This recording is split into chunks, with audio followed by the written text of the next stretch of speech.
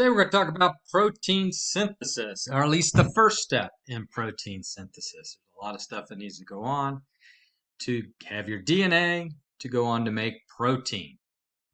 So, um, what all do we need to do, or what do we need to know before we talk about proteins? One is to remember DNA has the information to build the proteins. These proteins are coded on areas of the DNA referred to as genes. And it's basically the A's, T's, C's, and G's as they come together in the variation that will end up telling us what the code for the protein will be. From that, we can make the protein. Protein is then connected with the other macromolecules to make our cells, which will then become our tissues, and then our organs, and then our bodies.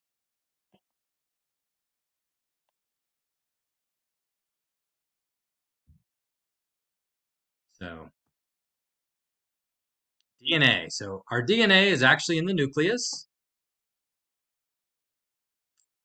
In the DNA, the genes have the instructions to make proteins. DNA cannot leave the nucleus. It has to stay there. It cannot leave. So if we're looking at a cell, which we got the nucleus here, and the DNA is basically kept in the nucleus. Nucleus kind of acts as a vault to protect the DNA. The problem is, let's go back to that, it needs to get into the cytoplasm. The message has to get out here. Here is where the protein is going to be made. So how does it do that? Well, it does that by making another type of nucleic acid referred to as RNA. And the type of RNA that's going to actually have the copy of the gene is referred to as mRNA, which stands for messenger RNA. So basically, it's the message from DNA that's going to go to the protein copying apparatus, the ribosomes. And this is done through a process called transcription. Today, we're going to focus just on transcription and what's the difference between RNA and DNA. And the RNA will be going to the ribosome to make the protein. And that is referred to as translation. And the factory that makes the proteins is the ribosomes. And it's whatever the protein is, that becomes the trait. Or traits are really an issue of proteins. All right, so what's the difference between DNA and RNA? Well, besides there being a D and an R, DNA is made of nucleotides. The D stands for deoxyribose, so that's the type of sugar. If you remember, the nucleic acid has a sugar, a phosphate, and one of the four bases. DNA's sugar is deoxyribose. And it has the nitrogen bases, which are guanine, cytosine, adenine, and thymine. GCAT, we generally just call them by the first letters. And we talked about this already with replication, that in DNA, T is going to bind to A, and C is going to bind to G. DNA is double-stranded, as you can see here, so it's kind of the spiral staircase. And it cannot leave the nucleus. RNA, on the other hand, starts with an R, and that's because their nucleotides are made of the sugar ribose. So notice deoxyribose and ribose. So the difference is ribose is missing an oxygen. It also has nitrogen bases, but it does not have thymine. Instead, it has uracil. So that's the only difference in terms of bases. And for binding them, keep in mind that instead of thymine, because there is no thymine, U is going to take the place, and that's going to bind to A. So that's a difference. G is still going to bind with G. And notice it's single-stranded. It is not double-stranded. And it will leave the nucleus. So it's made in the nucleus, then it leaves the nucleus. So you'll actually find RNA in the nucleus and in the cytoplasm.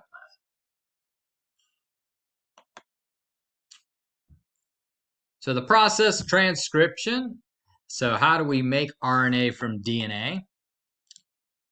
Well, DNA strand is going to be the template. So it's going to be the pattern for the RNA. And basically, we're just going to match the bases.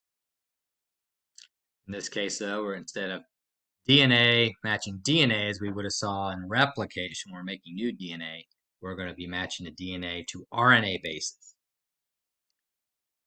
So if we got an A, it's going to match up to a U in RNA. T in DNA will match to an A in RNA, just like before.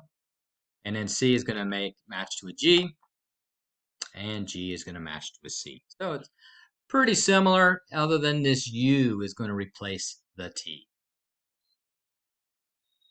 There is an enzyme involved here, actually two. There's helicase.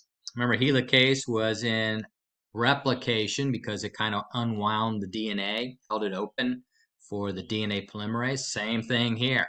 Helicase is going to unwind the DNA. However, RNA polymerase is going to be making RNA. Slightly different enzyme there. But helicase, it's the same helicase as in replication. All right, so our first step, the double-stranded DNA is going to unzip with helicase. So helicase is going to basically open it up. One of the sides is basically called the template strand here. The other strand is just going to be flopping around. It's not in use. RNA polymerase is then going to come in and start matching things up. So with the C here, it's going to put a G into place. If there's a T in the DNA, we're going to put an A there. If there's an A in the DNA, we're going to put a U there. G is going to still match C, T, A, C, G, A, U, T, A. So basically, it's just going to follow it along, making the new RNA strand. So remember, U instead of T is matched to A in the nucleus. So RNA is made in the nucleus, but the U is going to match a T. So if we see the T here, we're still going to have an A. But if we got this A here, we're going to have a U down here in RNA.